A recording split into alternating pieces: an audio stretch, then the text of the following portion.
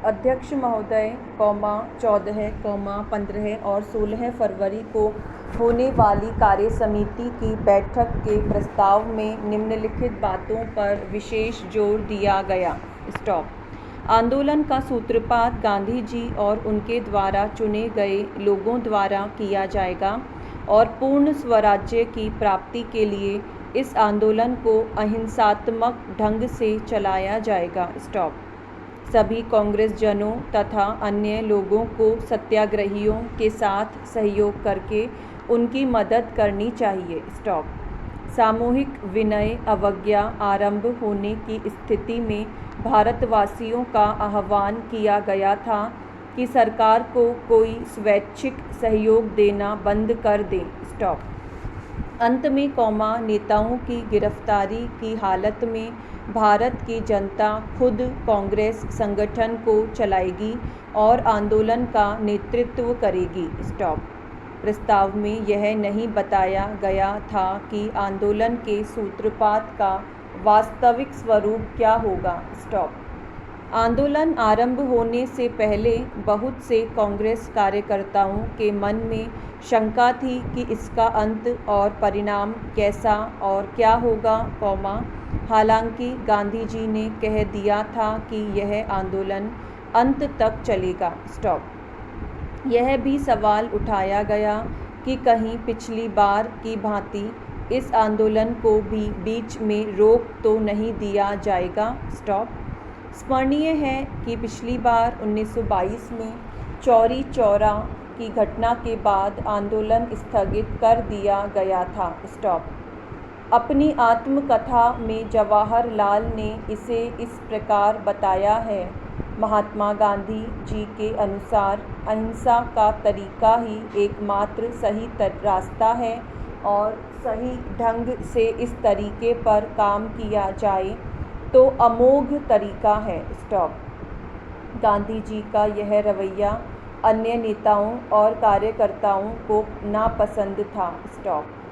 अतः हमने उनके साथ चर्चा की और उनकी बात से हमें ऐसा लगा कि अब उनके चिंतन की दिशा में कुछ परिवर्तन हुआ था, और अब यदि आंदोलन शुरू हुआ तो किन्हीं छुटपुट हिंसा की घटनाओं के कारण आंदोलन को स्थगित करने की ज़रूरत नहीं थी। दूसरी ओर संयुक्त प्रांत और पंजाब की नौजवान सभा और बंगाल की युगांतर पार्टी हिंसात्मक कार्रवाइयों की तैयारियां कर रही थी, विशेषकर निहत्थी जनता पर सरकार के जुल्म का बदला लेने के लिए। Para change. इसके बाद ही गांधी जी ने यंग इंडिया के स्तंभों में अपने विचारों का खुलासा करना शुरू किया। 27 फरवरी 1930 को उन्होंने लिखा कि सविनय अवज्ञा आरंभ करने के बाद उनकी गिरफ्तारी अवश्यंभावी है।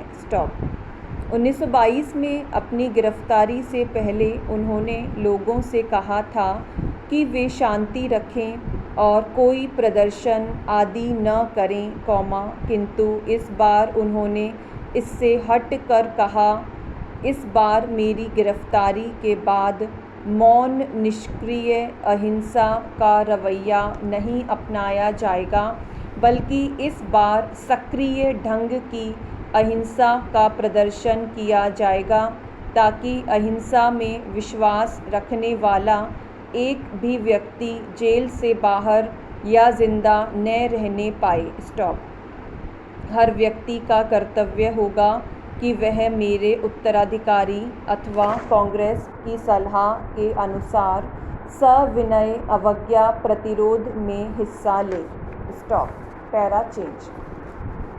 अध्यक्ष महोदय, कांग्रेसी स्वयं सेवकों के लिए उन्होंने आचरण के नियम बताते हुए कहा कि किसी सत्याग्रही के मन में शत्रु के प्रति किसी प्रकार की दुर्भावना नहीं होनी चाहिए, उसे अपने ऊपर किए जाने वाले हमले का जवाब हमले से नहीं देना है, और न किसी भयवश मारपीट को सहन करना है।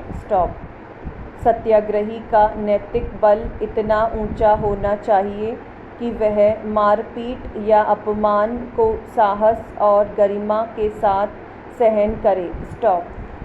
सत्याग्रही का लक्ष्य शत्रु का हृदय परिवर्तन करना होना चाहिए। स्टॉप।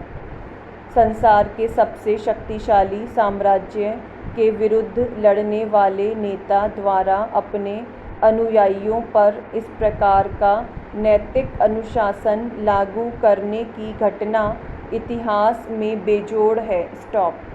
स्मरण रहे कि गांधी जी मात्र एक राजनीतिक नेता ही नहीं थे, उससे भी बढ़कर वह एक आध्यात्मिक नेता थे। स्टॉप।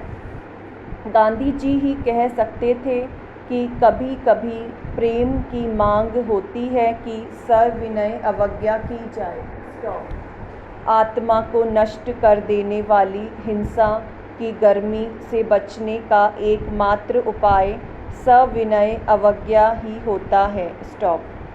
गांधी जी के साथियों को शायद ऐसा लगता रहा हो कि जिस राजनीतिक लक्ष्य के लिए वे संघर्ष कर रहे हैं उसके साथ गांधी जी की राजनीतिक रणनीति का मेल नहीं बैठता। स्टॉप। एक राजनीतिक नेता का यह संतों जैसा रवैया देखकर कभी कभी कुछ कांग्रेसी नेता लोग दबी जुबान से उनकी खिल्ली भी उड़ाते थे। स्टॉप। इस लेखक और युगांतर पार्टी के उसके साथियों के मन में गांधी जी के सिद्धांतों के प्रति पूरी श्रद्धा नहीं थी। स्टॉप। अगस्त 1938 तक उन्हें ऐसा लगता रहा, लेकिन इसके बाद उन्होंने भी घोषणा की कि भारत की आज़ादी के लिए कांग्रेस के अलावा और कोई दूसरी पार्टी या मंच नहीं होना चाहिए। स्टॉप। द्वितीय महायुद्ध के दौरान गांधी जी के नेतृत्व में संदेह रखने वालों का संदेह दूर हो गया। स्टॉप। गांधी जी की बहुत सी बातें उनके प्रमुख सहयोगियों को भी पसंद नहीं थी। स्टॉप। यहाँ तक कि जवाहरलाल नेहरू और मौलाना आज़ाद ने भी लेखक के सामने यह स्वीकार किया। स्टॉप। नेहरू जी के शब्द थे, गांधी जी के अंदर भारतीय जनता के मन को पढ़ सकने की अलौकिक क्षमता है। स्टॉप। भारत की जनता को केवल वही आंदोलित कर सकते हैं। स्टॉप। हम उनके बगैर कुछ नहीं कर सकते, भले ही हम उनकी बहुत सी बातों को पसंद न करते हों। स्टॉप। Para change. यहाँ इसी संदर्भ में एक और बात बता दें। स्टॉप। 1930 प्रथम 3.5 महीनों के दौरान गांधी जी ने अनेक वक्तव्य दिए, बहुत से लेख लिखे और अपनी प्रार्थना सभाओं में हजारों आदमियों को संबोधित किया। स्टॉप। इसमें उन्होंने सत्याग्रहियों के नैतिक गुणों और अनुशासन पर तो जोर दिया ही, साथ ही आर्थिक मसलों को भी पूरा महत्व दिया। स्टॉप। कमर तोड़ लगान, नमक कर, खर्चीला प्रशासन तंत्र, राज्य संरक्षण में किया जाने वाला ब्रिटिश माल का आयात और भारत के गांवों में रहने वाली करोड़ों जनता के दुखों की चर्चा करते हुए वह भारत को आज़ाद कराने की ज़रूरत बताते थे। स्टॉप।